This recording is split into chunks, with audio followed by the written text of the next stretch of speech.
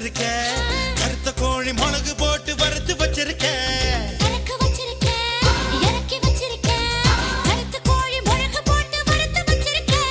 கோழி ருசியா இருந்தா கோழிய திம்ப குமரி ருசியா இருந்தா குமரிய திம்ப மாம்பழ குயிலே